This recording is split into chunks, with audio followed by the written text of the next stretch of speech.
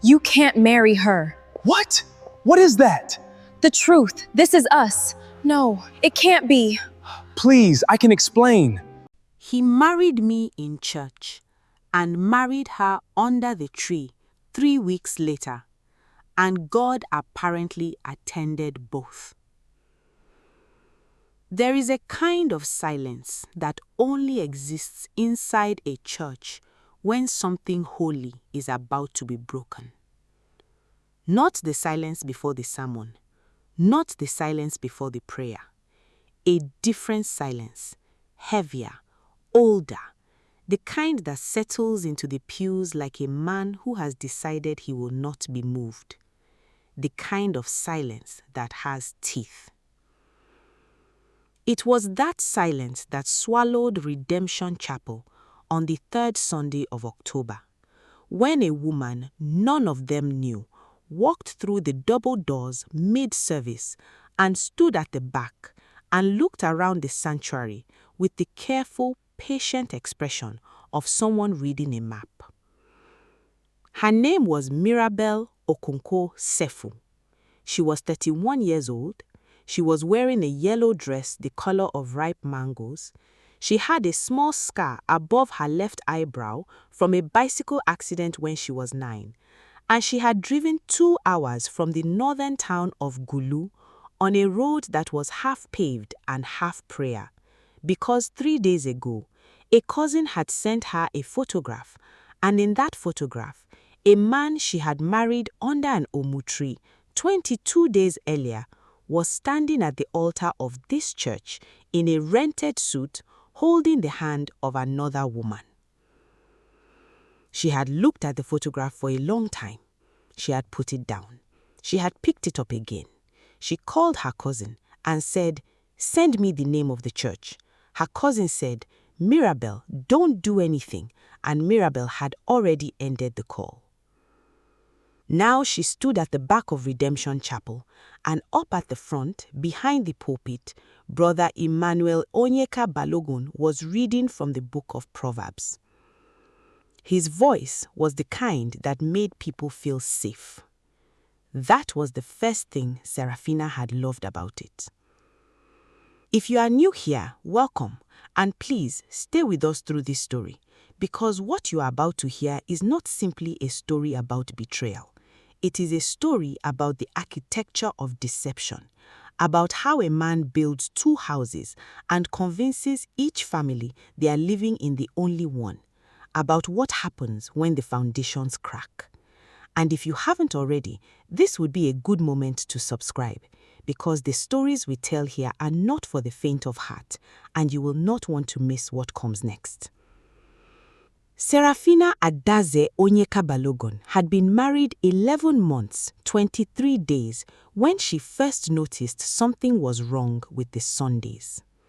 It was not dramatic, the noticing. It did not arrive like thunder. It came the way most terrible truths arrive, quietly, sideways, disguised as something ordinary. It came as a question she did not ask out loud. Why does Emmanuel always smell different when he comes home from the Northern Fellowship visits?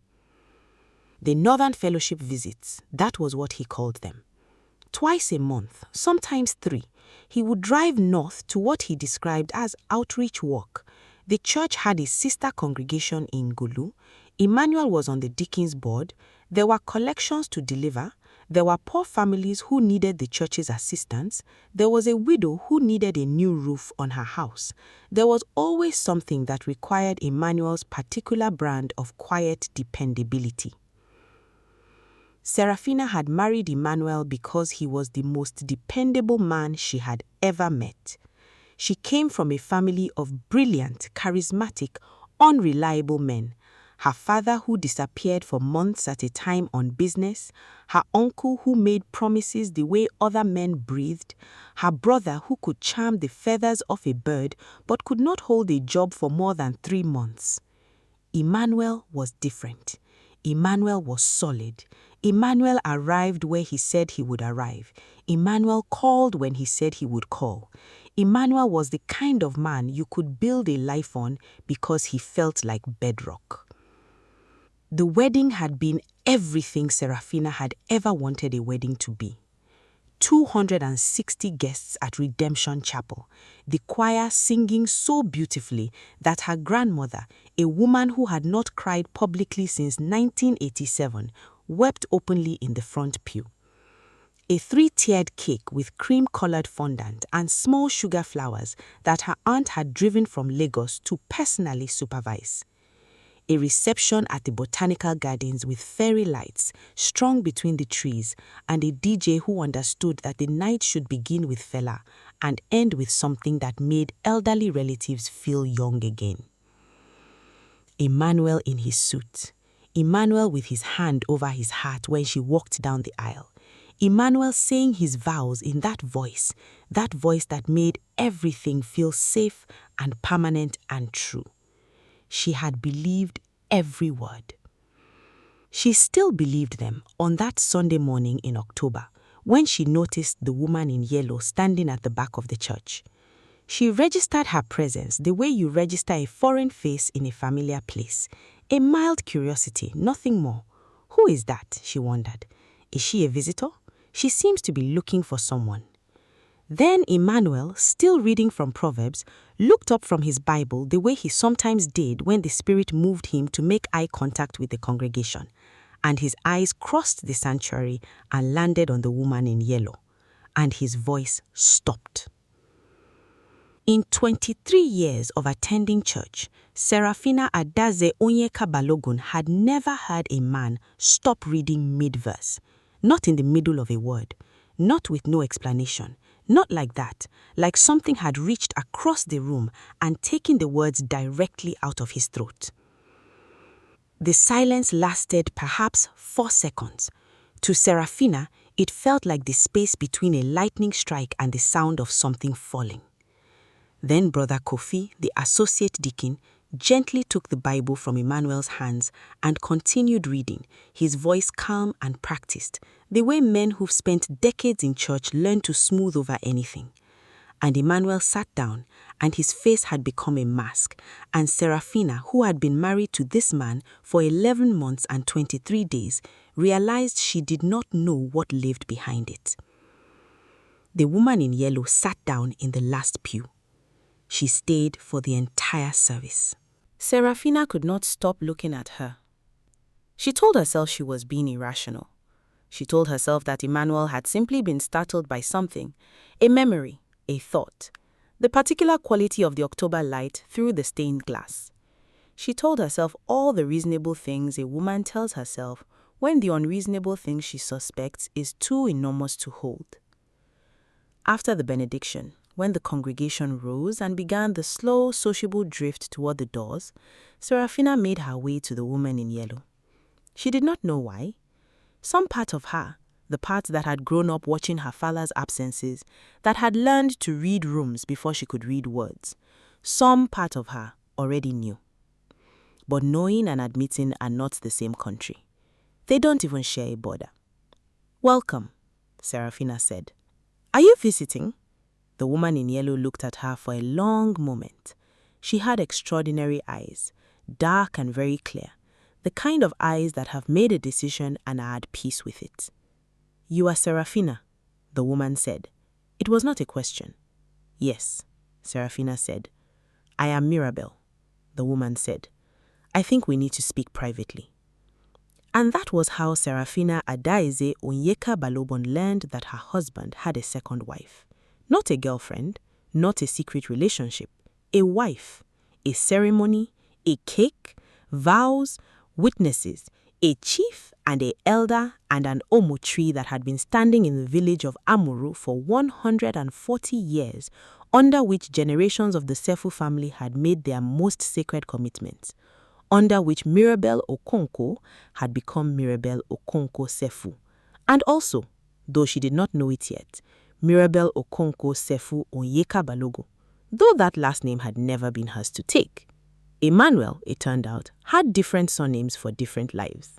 Now, if you think this story is simply about a man with 2 wives, pause, breathe, because we have only just arrived at the surface.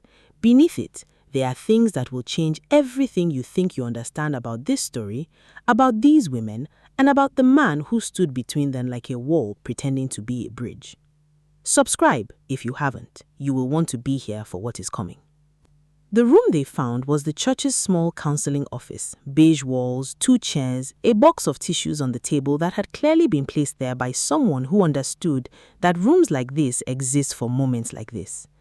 They sat across from each other, 2 women who had both said yes to the same man, and for a long time neither of them spoke. Outside, they could hear the congregation dispersing, the laughter and the greetings, the particular cheerful noise of people who have just been reminded that God loves them and are taking that warmth out into a Sunday afternoon. Mirabel spoke first. She said carefully, "I need you to know that I did not know about you. I want to be clear about that before anything else." Seraphina looked at her hands. "How long have you known him?" 18 months, Mirabel said. "He came to Gulu with the church outreach. He met my father first. My father is an elder in the community.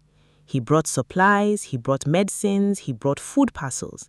He came back again. He was very consistent." She paused. "He was the most consistent man I had ever met." The words landed on Seraphina like small stones. "We married 3 weeks ago," Mirabel continued. "Traditional ceremony, my whole family was there. He said his immediate family was small, that he had lost his parents, that he had a few cousins who couldn't travel. I didn't question it. Why would I? He was a deacon. He was a man of God." She said this last part without bitterness, which was somehow worse than bitterness would have been.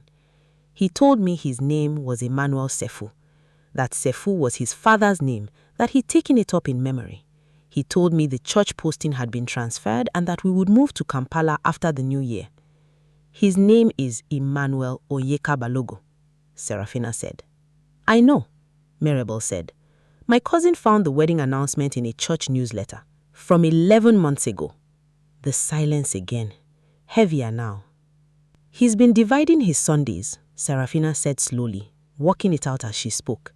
"The Northern Fellowship visits. Every 2nd or 3rd week. And every 2nd or 3rd week," Mirabel said, "I was in Gulu with him." Seraphina thought about all the Sundays, the ones she had spent here in this church, watching her husband stand at the front and read scripture in that voice, the ones she had spent reorganizing the house because he was away and she needed something to do with her hands, the ones she had cooked elaborate meals to have ready when he returned because she had genuinely believed that he worked hard for them, that the long drives were a sacrifice he made for God and for his people, and that a good wife honored such sacrifice with a warm meal and an open door. She once told her mother, "Emmanuel never makes me feel like a burden." Her mother smiled and said, "That is a rare thing in a man." A rare thing, yes. "What did you do with the photograph?" Seraphina asked. "I drove here," Mirabel simply said. Seraphina looked at her then, really looked at her, the yellow dress, the scar above the eyebrow, the hands folded in her lap with a stillness that was not peace, but the shape peace leaves when it evacuates. And something moved in Seraphina's chest that she could not name, not sympathy exactly, not solidarity exactly, something older than both those words, the recognition of a woman who has been deceived by the same architecture, who has walked through the same beautiful door into the same elegant trap. "Where is he?" Mirabel asked. And that was when they both turned to look at the door of the counseling room and found that it was open. And Emmanuel Onyeka-Balogun, who had seen the 2 of them walk in here together, who had had the entire length of the service to consider his options, was gone. His car was not in the parking lot. 3 members of the congregation confirmed he had left quickly, quietly, before the benediction had even finished. He had not told anyone where he was going. His phone rang once and went to voicemail and never rang again. Emmanuel, the dependable man. Emmanuel, who always arrived where he said he would arrive. Emmanuel had departed. Now, let us go back, because this story did not begin in a church, and it did not begin with a wedding, and it did not begin with a man named Emmanuel Okonkwo-Sefu, whatever that name means. This story begins 17 years ago in a village 40 kilometers south of Kampala, in a house with a corrugated iron roof and a mango tree in the yard, where a 14-year-old boy sat in the dark and listened to his father tell a lie so convincing that the boy believed it was true. His father's name was Lawrence Balogun. Lawrence Balogun was a man of extraordinary charm, the kind of charm that functions like a natural resource, something you can draw on endlessly, something that seems to self-replenish. He could walk into any room and within 20 minutes be the most trusted person in it. He had been doing this his whole adult life. He had a wife in Kampala, a wife in Entebbe, and a woman in Jinja who believed she was the only one. And all three of them adored him, and none of them, at the time of this story's beginning, knew about the others. The boy, Emmanuel, 14 years old, knew about all of them because Emmanuel had spent his childhood being shuttled between these three houses, introduced with different explanations in each one, instructed to call different women auntie and mother and mama depending on which house he was in that week. He had grown up inside his father's system. He learned it the way other boys learn mathematics, through repetition, through pattern, through the particular logic of how one deception enables another. He had told himself at 14, watching his father drink palm wine and tell his Kampala wife about a difficult week at the ministry, he had told himself, I will never be like this man. I will never do this to another person. He had meant it. Most people mean the things they swear at 14.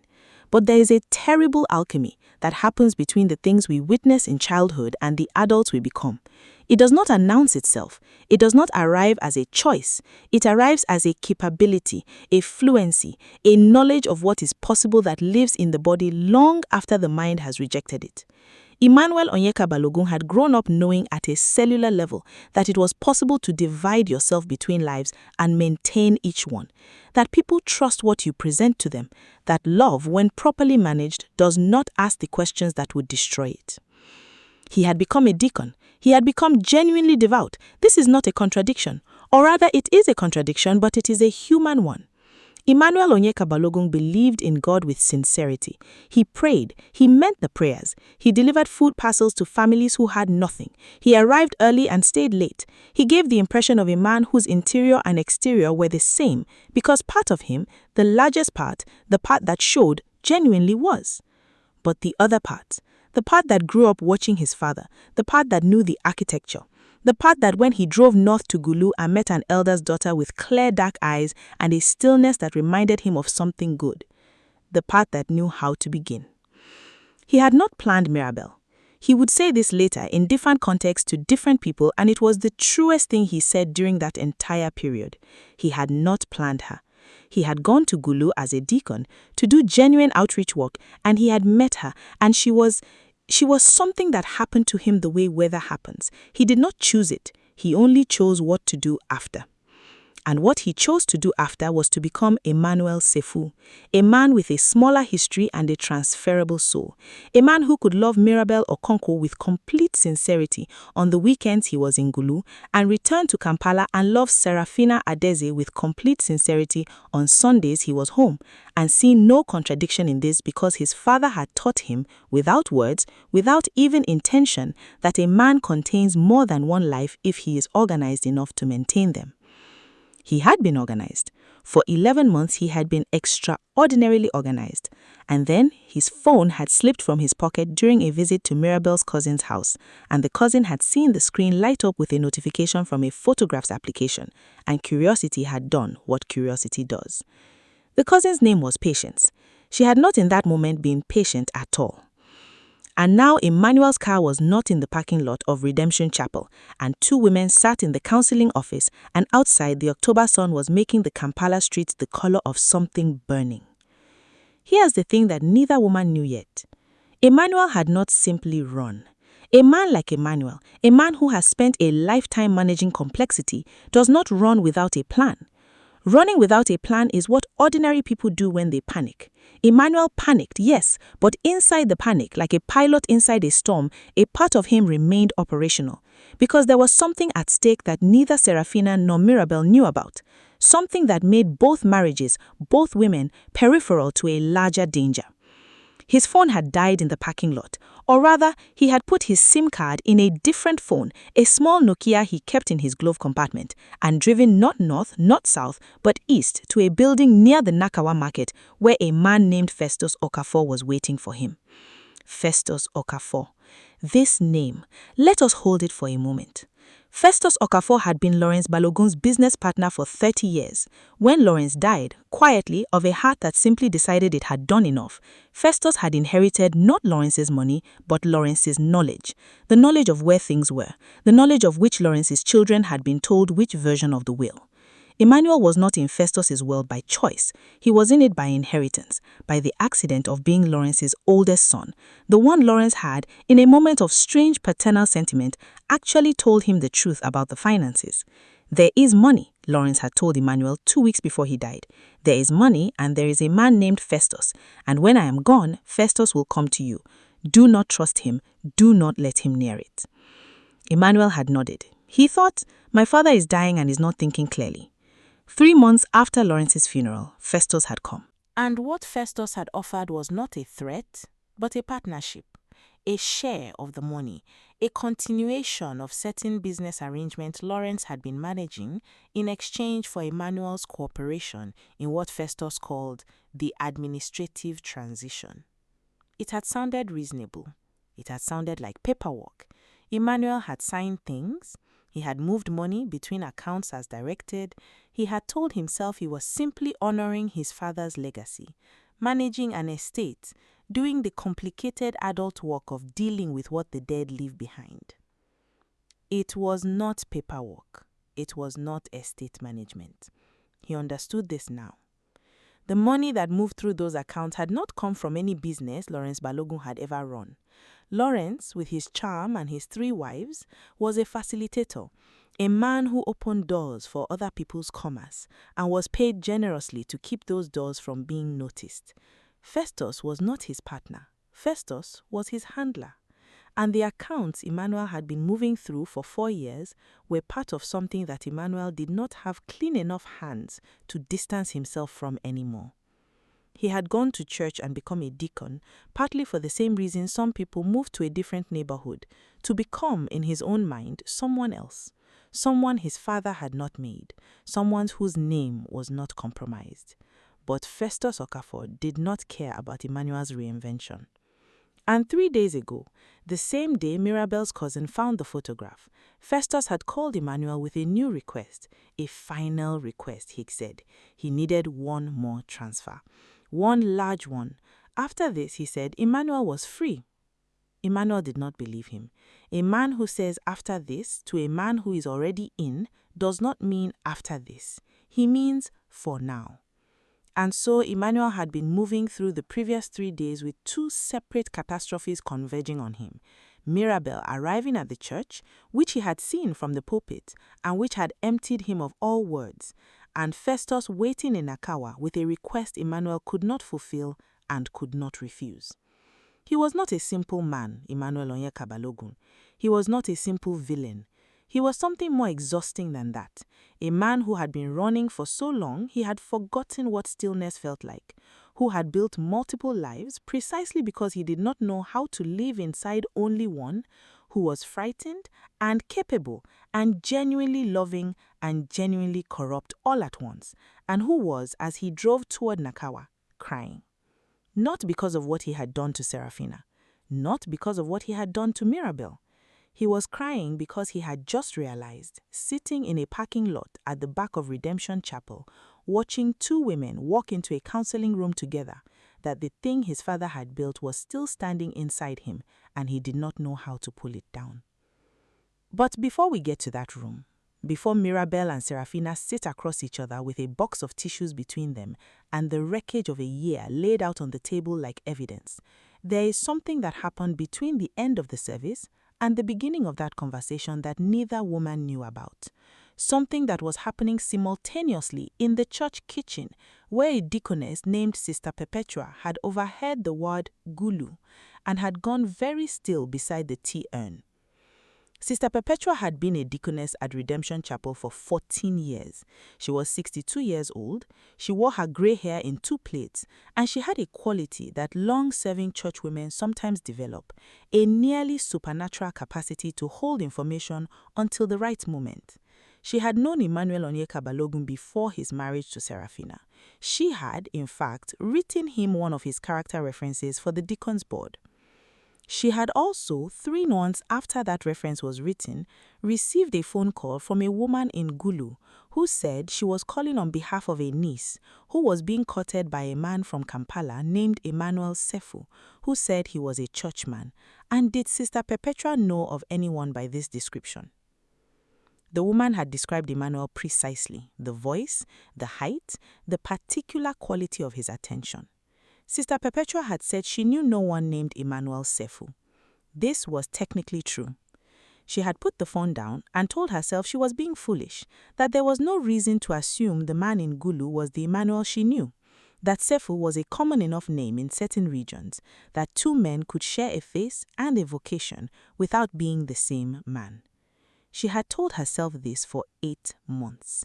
And then she had seen the woman in yellow walk through the doors of Redemption Chapel with that expression on her face, and she had known immediately, the way you know things you have been refusing to know, that she had been wrong to say nothing, and that the particular cowardice of staying quiet in order to preserve the peace of a community is still cowardice.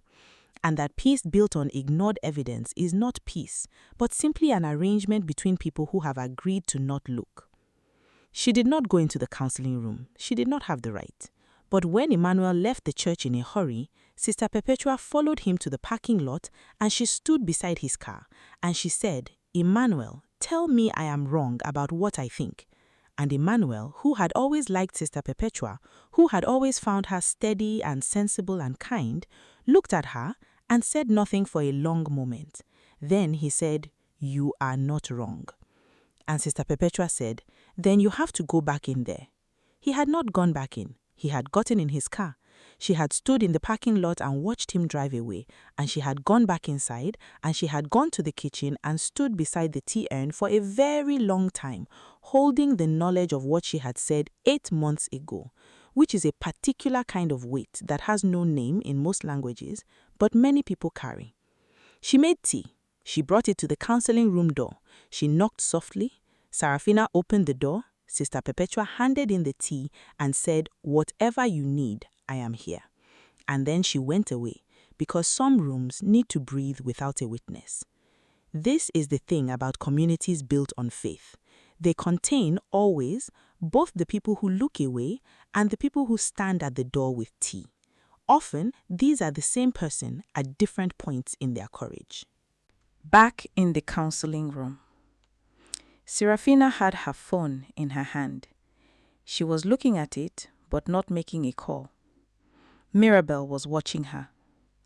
"Who are you going to call?" Mirabel asked. "I don't know," said Seraphina, honestly. This was a new sensation, not knowing. Seraphina was a woman who had always known. She was an accountant at a firm downtown.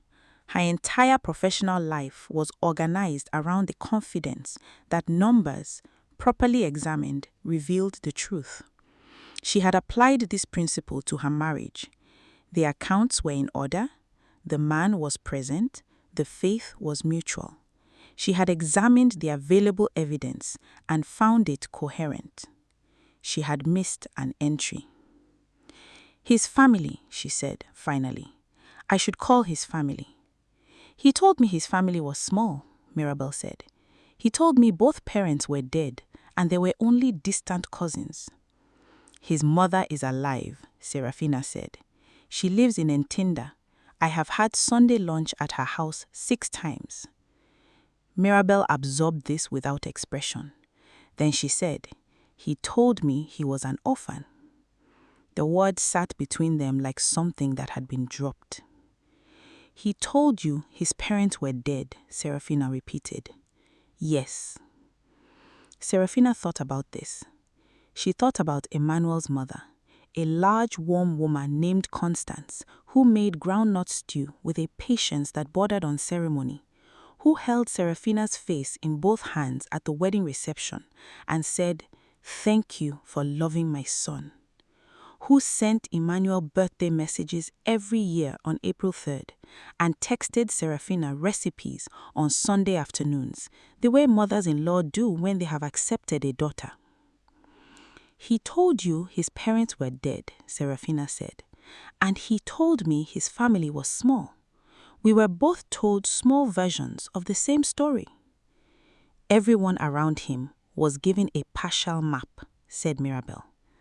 "And the full map was only in his head." "Yes."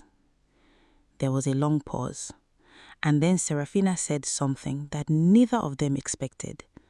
"I want to understand it." Mirabel looked at her.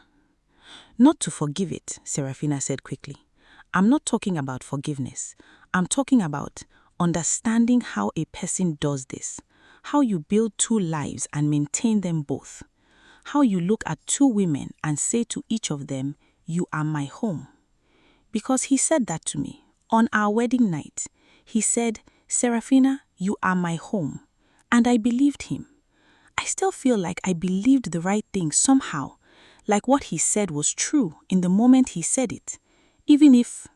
She stopped. "Even if home is not supposed to have multiple addresses," said Mirabel. "Yes," Seraphina said, "exactly that." They looked at each other. Two women in their early 30s who both believed they were building something holy.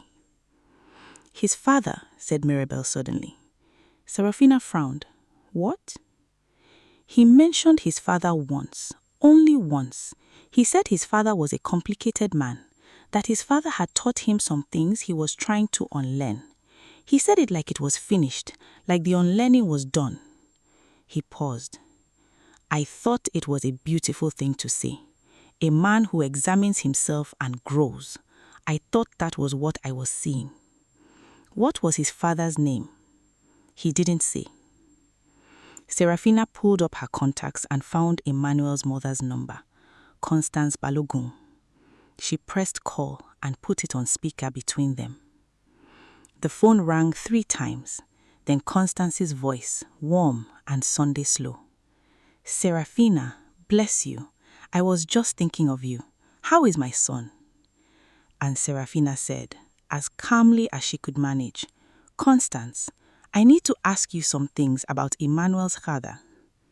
A pause on the other end, shorter than it should have been, like a woman who has been waiting for this call for a long time and has the answer already prepared. "Lawrence," said Constance quietly. "You want to know about Lawrence?" "Yes." Another pause. Then, "Who is with you?" Seraphina looked at Mirabel. "A woman named Mirabel from Gulu." The longest pause of all. And then Constance Balogun, mother of Emmanuel, keeper of Sundays, maker of groundnut stew, said, "Dear God," not as an exclamation, as a prayer. "Dear God, he did it."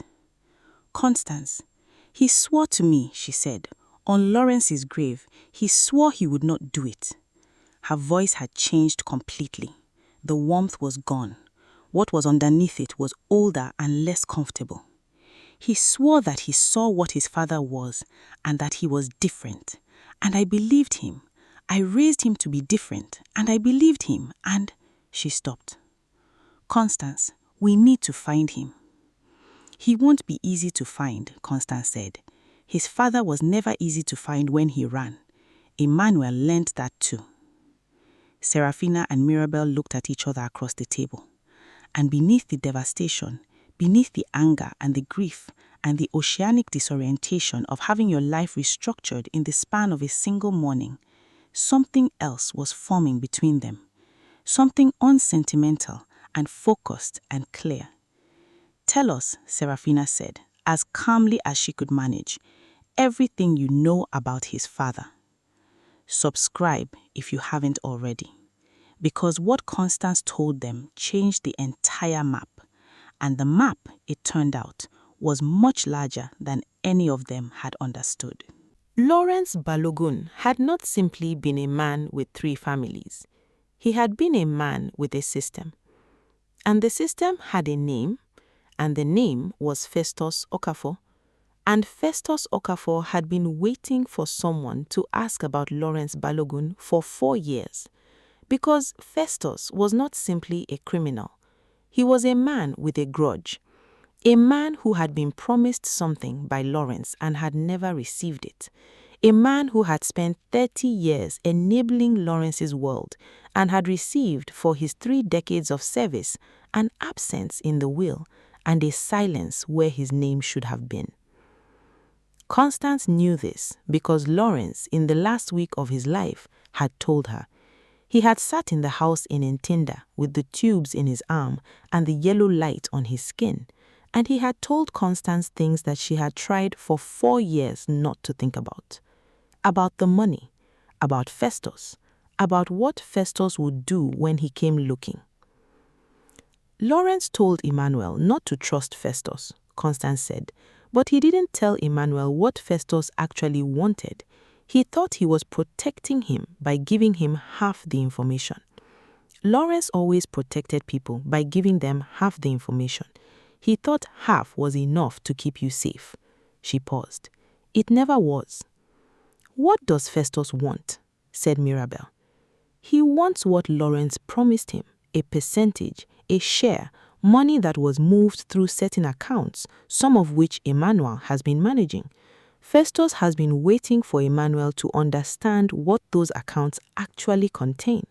He has been patient. 4 years of patience. And now, she stopped again. And now Emmanuel knows, said Seraphina slowly. And Festus is calling in the debt. Yes. And Emmanuel is not just running from us, he is running from 2 things at once. He has always been running from 2 things at once, said Constance, and her voice was so tired that it had become something else entirely. Not judgment, not bitterness, just the exhaustion of a woman who has watched the same river run the same course for decades and has no more words for the water.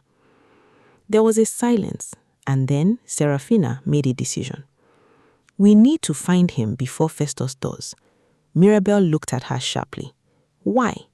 Because if Festus finds him first, we never find out the whole truth. The accounts, the money, what Emmanuel actually knows, it all disappears into whatever Festus needs it to disappear into. And both of us spend the rest of our lives with a half story. She looked at Mirabel steadily. I am not willing to live in half a story. Neither am I, said Mirabel. Constance, Seraphina said into the phone, where would he go? Not where his father would go. Where would Emmanuel go? Constance was quiet for a long time. Then, there is a place in Ginger, a house his father owned, technically still in Emmanuel's name because Lawrence put it there to protect it from certain schemes. Emmanuel knows about it. He's been there twice that I know of. A pause. It is the one place he might go that Festus doesn't know about, because Lawrence never told Festus. He only told Emmanuel, and Emmanuel told me once by accident when he was grieving. Give us the address, said Seraphina. Seraphina, Constance's voice dropped. Be careful. I don't know what state he's in. I know what state I am in. That's enough. It was 2 hours and 40 minutes to Ginger. Mirabel drove. This was not discussed. Mirabel simply walked to her car, the yellow dress catching the October light like a signal, and Seraphina followed, and they got in and Mirabel drove, and neither of them mentioned that there was something slightly surreal about driving to confront a shared husband in the car of the woman he'd simultaneously married. The road east from Kampala runs through a landscape that does not care about human drama. Sugarcane and matoke fields, roadside sellers with towers of jerrycans, children in school uniforms walking in lines along the verge, their faces clean and occupied with the private business of being young. Once a herd of longhorn cattle crossed the road so slowly and with such absolute indifference to the waiting traffic that a man in a lorry leaned out of his window and laughed. Even that laughter did not feel like laughter. It felt like something the road was offering, a reminder that the world was large and most of it was not concerned with the specific catastrophe occurring in this specific small car. Seraphina watched all of it. She was trying to stay in the external world, in the cattle, in the sugarcane, and the children, because the internal world was currently a place she could not afford to inhabit for too long. There was the version of the internal world that was simply grief, clean and comprehensible, the feeling of having lost something real. And then there was the version that was more complicated and harder to name, the peculiar vertigo of realizing that you have been living inside a story that was not the story you thought you were living inside, that the set was correct, the church, the house, the meals, the Sunday mornings, but the play was different. The other actors knew lines you had never been given. 11 months. She tried to remember each month individually, to run them back like tape and identify the moments she should have questioned. March, Emmanuel was away 3 weekends, which was more than usual, but there had been the flood relief work in the north, and she had not questioned it. April, his birthday, which they celebrated quietly at home with his mother, Constance bringing a pineapple upside-down cake, and Emmanuel making a speech over dinner that moved Seraphina to tears. May, the small argument about finances which had resolved quickly and which in retrospect she saw as the moment she might have asked more specific questions about the accounts, he managed, and she did not, because he had answered her general question with enough specific detail to satisfy her, and she let it go. June, a weekend she spent with her sister in Entebbe while Emmanuel went north, and she had felt guilty for being relieved to have the house to herself, and had called him 3 times during the weekend to prove she missed him, and each time he had answered on the 3rd ring, his voice warm, his location plausible. Not 1 month that was without its small omission, not 1 month in which she had been careless. She had paid attention, she had been present, she had done everything a thoughtful woman does in a marriage she believes in. The problem was that attention paid to a surface reveals only the surface. She had not known to look underneath. "The women in your family," Mirabel said suddenly from the driver's seat, "did any of them go through something like this?" Seraphina thought about it. "My father's absences, my mother called them business trips. We all called them business trips. When I was 12, I understood they were not business trips. When I was 17, I understood that my mother also understood this and had chosen a particular arrangement with the knowledge in order to hold the family together." She paused. "I swore I would never choose that arrangement. And yet, I ended up in a version of it without even being given the choice." She turned to look at Mirabel. "What about yours?" Mirabel was quiet for a while. The road curved around a hill, and below them, briefly, was a view of the lake, wide and silver and immense, the kind of view that makes personal catastrophe feel simultaneously enormous and very small. "My grandmother," she said finally, "my father's mother. She had a co-wife. The arrangement was traditional and formal and agreed to by everyone. And from the outside it looked like a functional household, 2 women sharing 1 man, managing the domestic life together, raising children together. And perhaps in some versions of that life it is functional." She paused. "But my grandmother used to do this thing. She would be sitting in the courtyard shelling groundnuts or braiding one of the younger children's hair, and she would go somewhere behind her eyes, just for a moment. And then she would come back, and she would continue shelling or braiding, and no one would say anything. When I was 8, I asked her where she went. She said, 'I go to where I am the only one.'" Mirabel's hands tightened slightly on the steering wheel. "I thought about that for years, about a woman who had to leave her own life, even just for a moment, to find a space where she was not shared." She looked straight ahead at the road. "I did not want to be that woman. And yet, here I am, in a car, driving toward a man who made me that woman without my knowledge or consent." "You are not that woman," Seraphina said. "I know," Mirabel said. "That is the difference. My grandmother knew the arrangement and stayed. I did not know and am not staying. But I carry her eyes sometimes when I think about it, the going behind the eyes. I understand it differently now." They drove. "He is going to want to explain himself," Seraphina said. He is going to want forgiveness, Mirabel said. He is not going to receive it today. No, perhaps not ever, from me. A pause. But the child, she stopped herself. You don't have to decide that today either, Seraphina said. No, but I will need to decide it eventually. What a child is owed by a father who is also this. She gestured vaguely, meaning the whole situation, the whole accumulated weight of Emmanuel Onyeka Balogun's particular genius for building and breaking simultaneously. A child is owed truth, Seraphina said, eventually in an age-appropriate form. A child is owed a mother who is not destroyed by what she knows, because a mother who is destroyed cannot give what a child needs. Everything else, she shrugged, everything else is negotiable. They pulled off the main road onto a dirt track that curved through stands of papyrus toward the lake.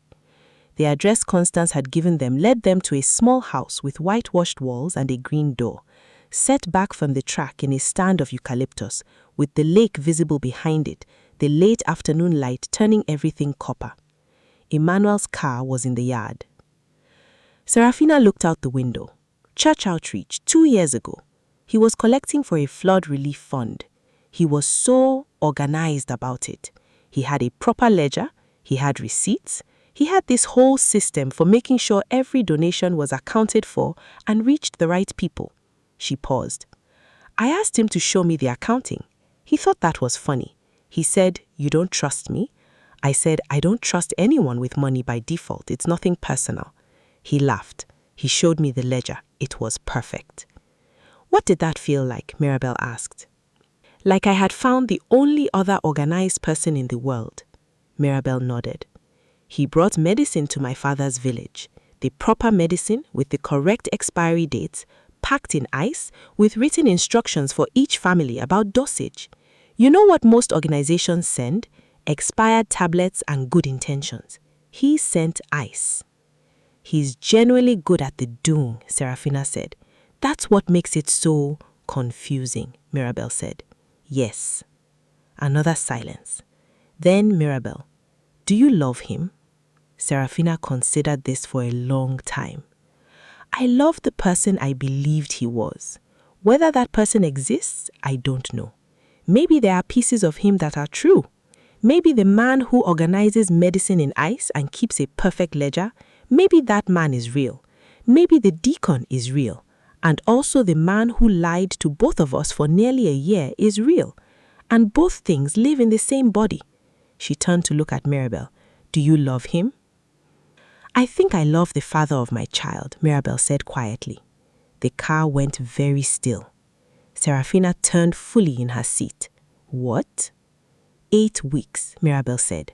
I didn't come to Uganda only because of the photograph. I came because I needed to understand what I was bringing a child into. She kept her eyes on the road.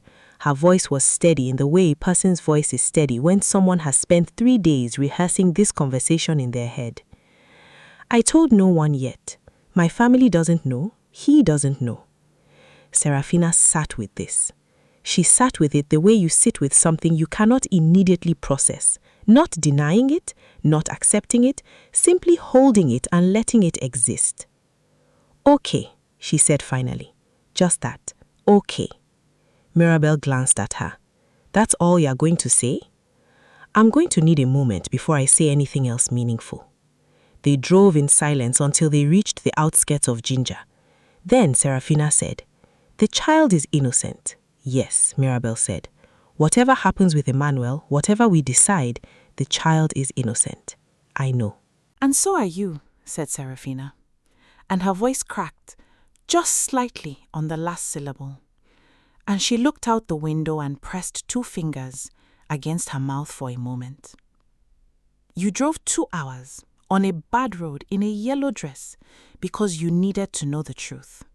That is not the action of someone who did anything wrong. They pulled off the main road onto a dirt track that curved through stands of papyrus toward the lake. The address Constance had given them led them to a small house with whitewashed walls and a green door set back from the track in a stand of eucalyptus, with the lake visible behind it, the late afternoon light turning everything copper. Emmanuel's car was in the yard. He was sitting on the back step, facing the lake. He had his jacket off and his sleeves rolled up, and he was holding his phone in both hands, not looking at it. When he heard the car, he turned. When he saw both of them get out, he looked away again. He looked at the lake. They stood some distance from him. No one said anything for a long time. The lake made small sounds. A bird somewhere in the eucalyptus. The wind through the papyrus. A dry, continuous shushing, like the sound of something being hushed. It was Mirabel who noticed his hands first. They were shaking. Not dramatically, not the shaking of a man in a movie, which is always more theatrical than real shaking, but the fine, almost invisible tremor of a person who has been running on a particular kind of internal fuel for a very long time and has just run out. The kind of shaking that happens in the space between one life ending and another not yet beginning. She noticed this and filed it away, not because it moved her toward mercy, but because she had trained herself in the years of running her father's community pharmacy, in the years of being the eldest daughter, in the long practice of being the responsible one, to observe before she reacted. Emotion would come. She would allow it to come, but first she would see clearly. Saraphina was doing her own seeing. She was looking at the house, the whitewashed walls, the green door which was slightly ajar, and through which she could see, just visible, a small table with a lamp on it, and on the table a Bible, and next to the Bible a glass of water that had been sitting long enough to form a ring on the wood. This house was not decorated by either of them. This house predated both marriages. This house was a remnant of Lawrence Balogun's geography. One more address in a life of multiple addresses. One more location in a system designed for men who needed options. She felt a vast, cold anger at Lawrence Balogun, who was dead and therefore unavailable for it. She directed it instead at the living. Then Emmanuel said to the lake, "I don't know where to begin." "The beginning is overrated," said Seraphina. "Begin anywhere." He turned to look at them. His face without the mask was something Seraphina had never seen before.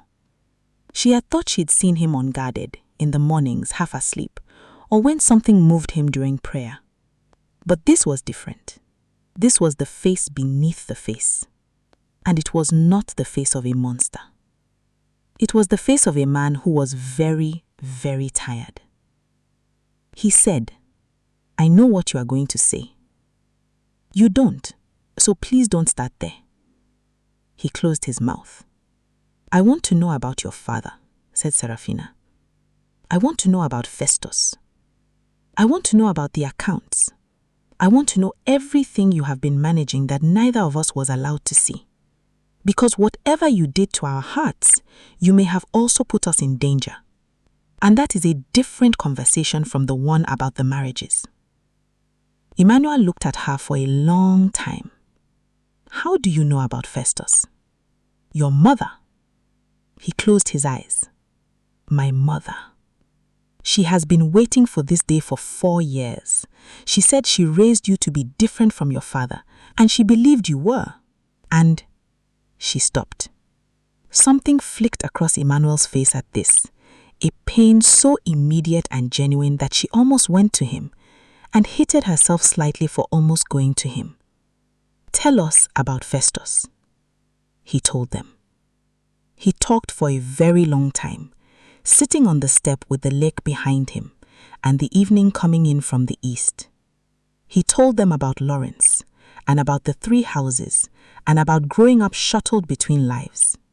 He told them about the vow he made at 14 and the ways it had eroded without him noticing, the way certain erosions happen so slowly that the shape of the ground changes before you realize the water has been working. He told them about Festus's first call and about the accounts. and about what was in them. He told them numbers that made Mirabel go very still. He told them about the most recent call, the one that had come 3 days ago, and what Festus had asked for.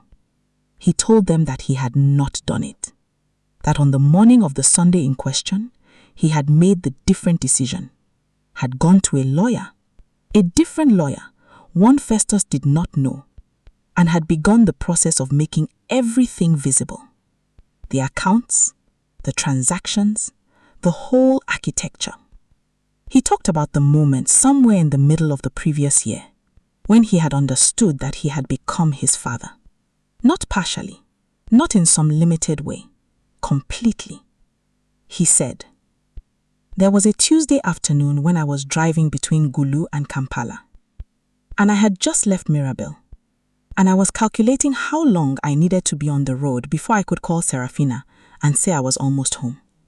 And I reached across to the seat for my phone, and I thought, this is exactly what Lawrence used to do. The calculation, the timing, the management of information on the road between one world and the other.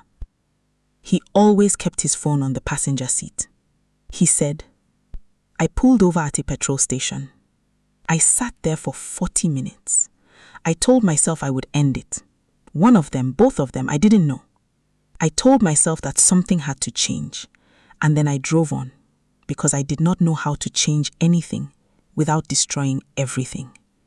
And I told myself I would figure it out next week, and next week became next month, and next month became, he gestured at the two of them, became this. He said, I am not telling you this so you will feel sorry for me. I am telling you because you asked me to begin somewhere, and this is the truest beginning I can find. There was a silence. The lake, the bird, the papyrus. Then Mirabel said, when you prayed, when you stood in my father's house and prayed before meals, and my father said, Brother Emmanuel prays like a man who has wrestled with God. Were those prayers real? Emmanuel looked at her for a long time. Yes, he said. They were real. How? She said, not accusing, genuinely asking, how is it possible to pray sincerely when you are living inside a lie? Because the lie and the prayer existed in different rooms inside me. Because the man who prayed and the man who managed the Sunday schedule were not in my own mind the same man, even though they shared a body. He paused. I know how that sounds.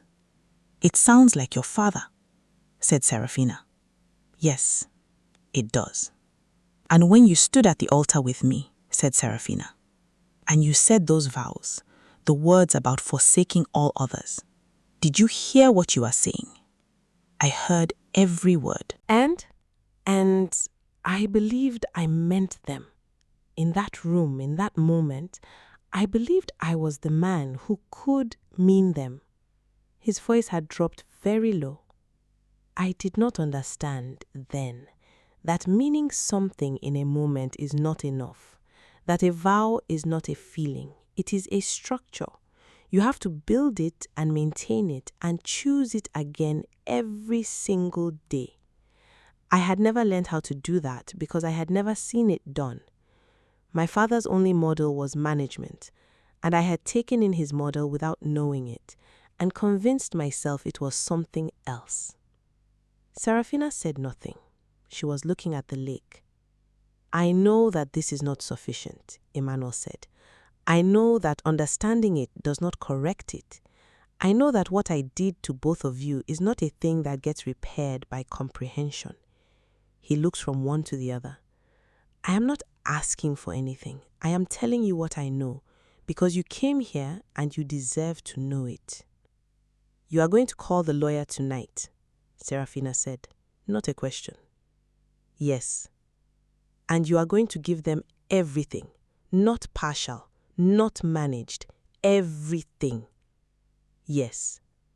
Because if you give them partial, she said, Festus will find the part you kept back and he will use it, and it will not only be you who is at risk. Do you understand what I am saying to you? Emmanuel looked at Mirabel. Mirabel was looking at her hands, which were folded over her abdomen, in a gesture so specific and unconscious that it told him everything before the words did. "You are going to call the lawyer tonight," Seraphina said, "and you are going to give them everything, and then you are going to stay in this house until it is safe, and you are going to cooperate with everything they ask, and you are not going to disappear." "You are telling me what to do," Emmanuel said.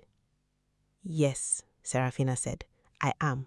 Because you have demonstrated that, left to your own devices, your decisions are catastrophically poor.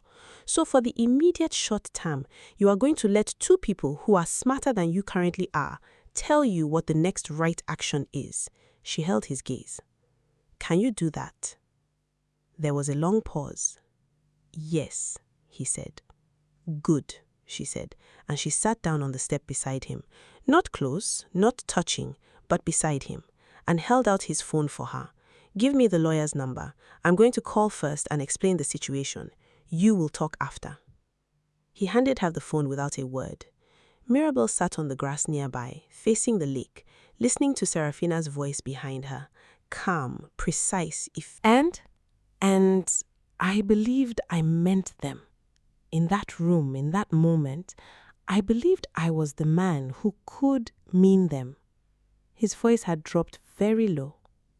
"I did not understand then that meaning something in a moment is not enough, that a vow is not a feeling, it is a structure. You have to build it and maintain it and choose it again every single day. I had never learned how to do that because I had never seen it done.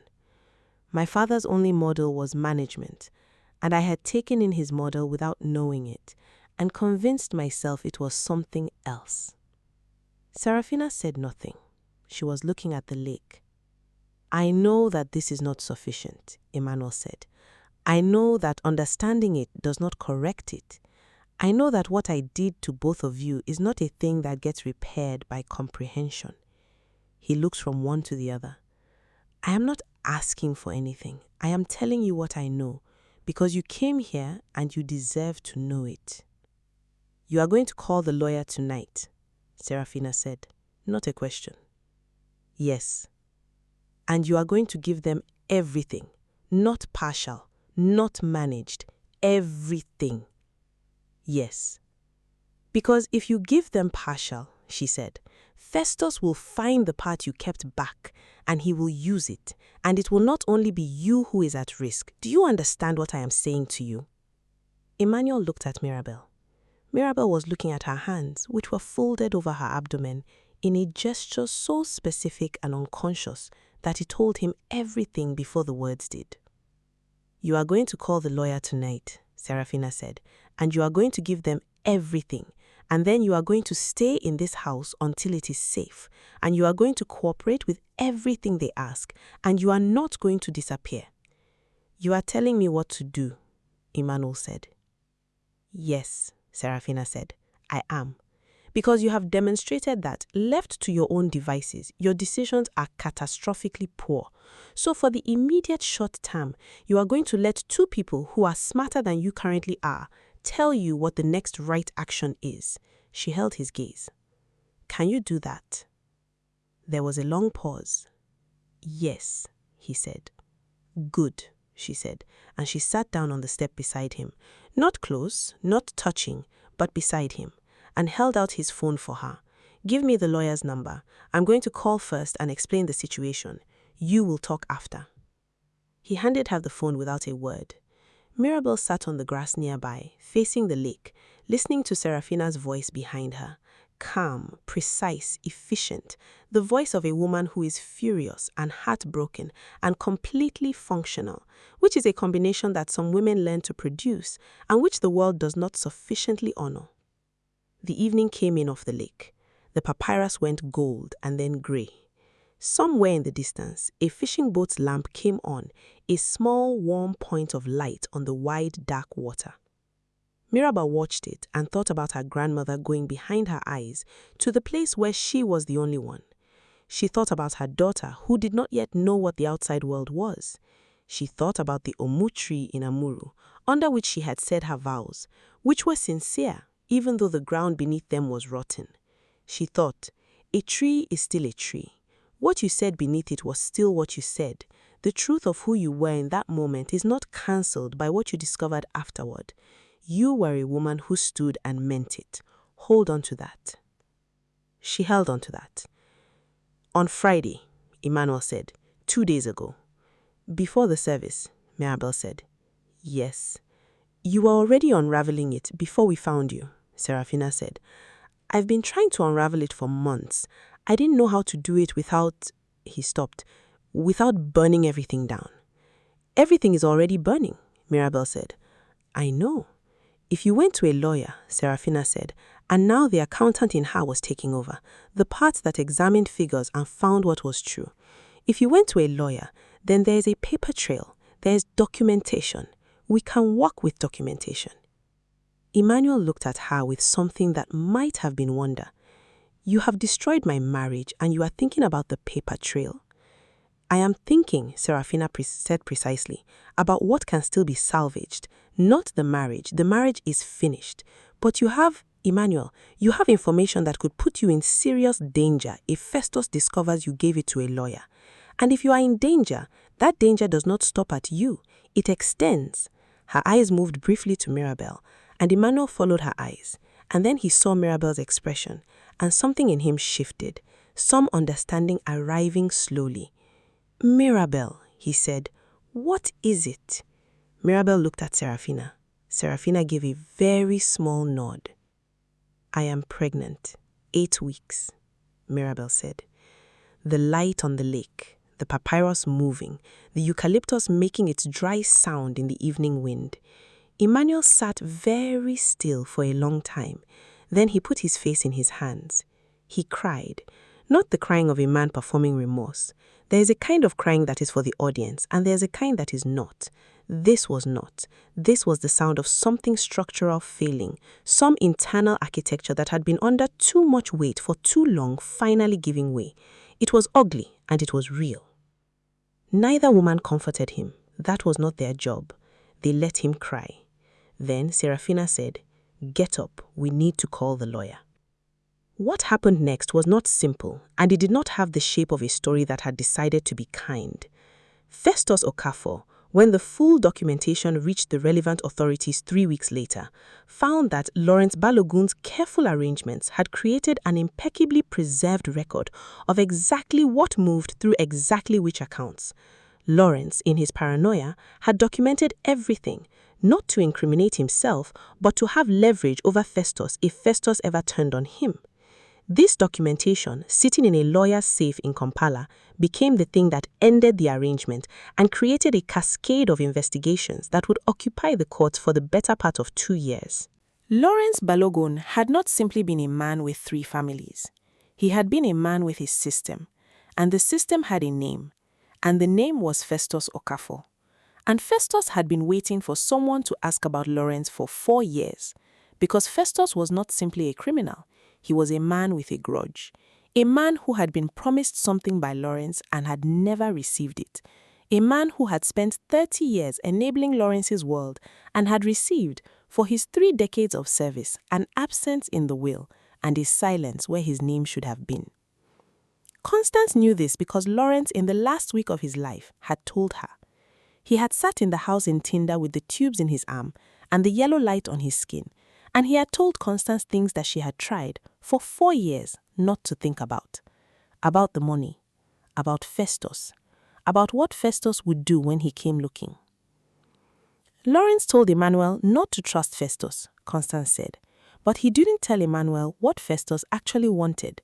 He thought he was protecting him by giving him half the information. Lawrence always protected people by giving them half the information. He thought half was enough to keep you safe. She paused. It never was. What does Festus want? Said Mirabel. He wants what Lawrence promised him, a percentage, a share, money that was moved through certain accounts, some of which Emmanuel has been managing. Festus has been waiting for Emmanuel to understand what those accounts actually contain. He has been patient, 4 years of patience, and now, she stopped again. And now Emmanuel knows, said Seraphina slowly. And Festus is calling in the debt. Yes. And Emmanuel is not just running from us, said Mirabel. He's running from two things at once. He has always been running from two things at once, said Constance, and her voice was so tired that it had become something else entirely. Not judgment, not bitterness, just the exhaustion of a woman who has watched the same river run the same course for decades and has no more words for the water. There was a silence, and then Seraphina made a decision. We need to find him before Festus does. Mirabel looked sharply. Why? Because if Festus finds him first, we never find out the whole truth. The accounts, the money, what Emmanuel actually knows, it all disappears into whatever Festus needs it to disappear into. And both of us spend the rest of our lives with a half story. She looked at Mirabel steadily. I am not willing to live in half a story. Neither am I. Constance, Seraphina said into the phone, where would he go? Not where his father would go. Where would Emmanuel go? Constance was quiet for a long time. Then, there is a place in Ginger, a house his father owned, technically still in Emmanuel's name because Lawrence put it there to protect it from certain claims. Emmanuel knows about it. He's been there twice that I know of. A pause. It is the one place he might go that Festus doesn't know about, because Lawrence never told Festus. He told only Emmanuel. And Emmanuel told me, once, by accident, when he was grieving. Give us the address, said Seraphina. Seraphina, Constance's voice dropped. Be careful. I don't know what state he's in. I know what state I am in. That's enough. It was 2 hours and 40 minutes to Ginger. Mirabel drove. This was not discussed. Mirabel simply walked to her car, the yellow dress catching the October light like a signal, and Seraphina followed, and they got in, and Mirabel drove, and neither of them mentioned that there was something slightly surreal about driving to confront a shared husband in the car of the woman he'd simultaneously married. The road east from Kampala runs through a landscape that does not care about human drama. Sugarcane and matoke fields, roadside sellers with towers of jerrycans, children in school uniforms walking in lines along the verge, their faces clean and occupied with the private business of being young.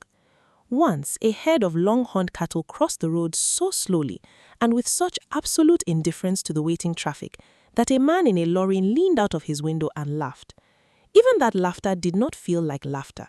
It felt like something the road was offering, a reminder that the world was large and most of it was not concerned with the specific catastrophe occurring in this specific small car. Seraphina watched all of it. She was trying to stay in the external world, in the cattle and the sugarcane and the children in school, because the internal world was currently a place she could not afford to inhabit for too long. There was the version of the internal world that was simply grief, clean and comprehensible, the feeling of having lost something real. And then there was the version that was more complicated and harder to name, the peculiar vertigo of realizing that you have been living inside a story that was not the story you thought you were living inside, that the set was correct, the church, the house, the meals, the Sunday mornings, but the play was different. The other actors knew lines you had never been given. 11 months. She tried to remember each month individually, to run them back like tape, and identify the moments she should have questioned. March, Emmanuel was away 3 weekends, which was more than usual, but there had been the flood relief work in the north and she had not questioned it.